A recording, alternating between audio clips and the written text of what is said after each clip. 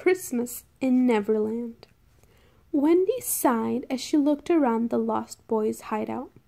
Neverland is wonderful, she said, but it's almost Christmas back home. I do wish we weren't missing it. Christmas? Peter asked. What's a Christmas? Why, Christmas is the most special time of the year, Wendy said. There's always a beautiful tree covered with lights. And lots of presents, Michael chimed in. Don't forget the Christmas crackers, John added. They make such a wonderful kaboom when they explode. But most important, Christmas is a time to show people how much you care for them, Wendy finished. Hearing Wendy talk about Christmas gave Peter an idea. You know, he said, handing Wendy a basket. A bunch of shells washed up on the other side of the Mermaid Lagoon. If you hurry, you can get some before the waves take them back to sea. Goodness, Wendy exclaimed. If I leave right now, I can be back before dark. As soon as Wendy was gone, Peter gathered the Lost Boys around him. We're going to surprise Wendy, he announced. We'll have Christmas right here in Neverland. But how? John asked. Peter grinned. Follow me, he said. Peter and the Lost Boys hurried to the village where their friend Tiger Lily lived. We need presents for Christmas, Peter told the princess, and an extra special gift for Wendy. Do you have any ideas? I know just the thing, Tiger Lily replied. While Tiger Lily helped Peter make a beautiful beaded necklace for Wendy, her father taught the Lost Boys how to make arrowheads. Everyone had fun making their gifts. Peter and the Lost Boys thanked Tiger Lily and her father. Then they rushed off to keep preparing their Christmas surprise. The boys took the gifts back to their hideout. Then they set off on a raid of the Jolly Roger. Peter, why are we here? John asked as they hid in the pirate ship's sails. Surely these savage buccaneers don't know nothing about Christmas. That's true, but they know an awful lot about making things explode, Peter said. I'm going to swipe some powder from the cannons to make our Christmas crackers. Captain Hook was so busy watching for the crocodile that he didn't notice Peter duck into the Jolly Roger's storeroom.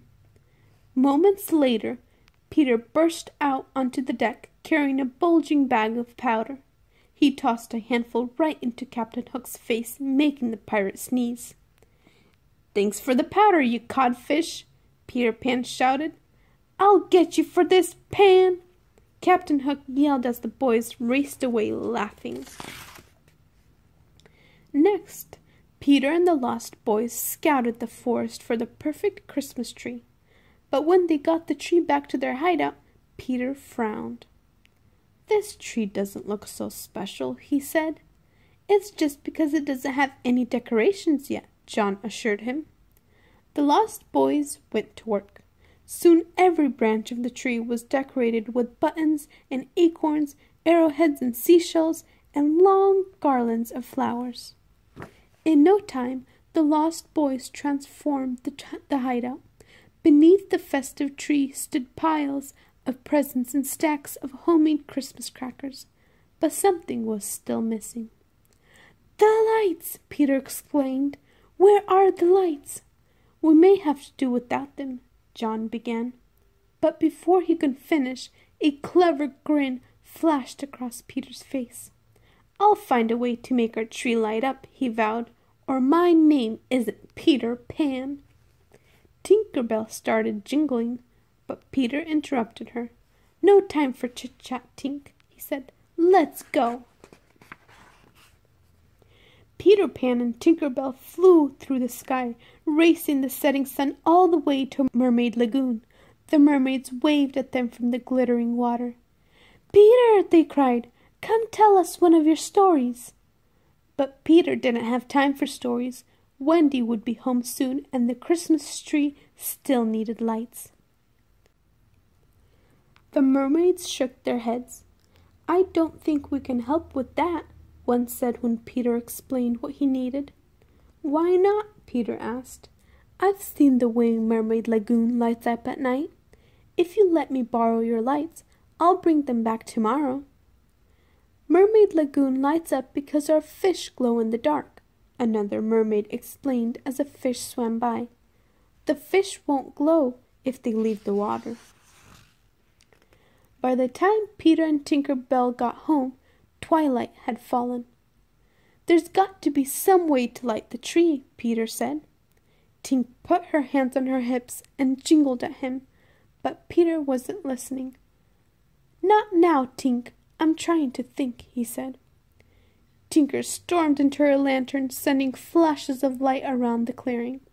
That gave Peter an idea. He hollered for the lost boys. "Fireflies," Peter announced. "We'll use fireflies to light our Christmas tree." The lost boys leaped into the air, catching fireflies in their hats, but when they took the fireflies over to the Christmas tree, the glowing bugs flew away. Peter sat down on an old stump. "It's no use," he said, defeated. "Christmas is ruined." Now, it's still a very nice tree," John said, "even if it is getting too dark to see it properly."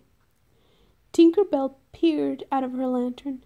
Maybe now Peter would listen to her. She marched right up to him and started jingling and jangling as loudly as she could. Peter Pan's eyes grew wide. "You mean you can make the tree light up?" he exclaimed. "Why didn't you say so before?" Moments later, Wendy returned to an unusually dark hideout. "Hello?" she called. "Where is everyone?" Suddenly, a lovely glow filled the room as the Christmas tree began to sparkle with pixie dust. Wendy gasped as Peter Pan and the Lost Boys burst out of their hiding places. "Merry Christmas, Wendy!" they cheered. Wendy beamed and gathered the Lost Boys around her. Christmas had come to Neverland after all. The end.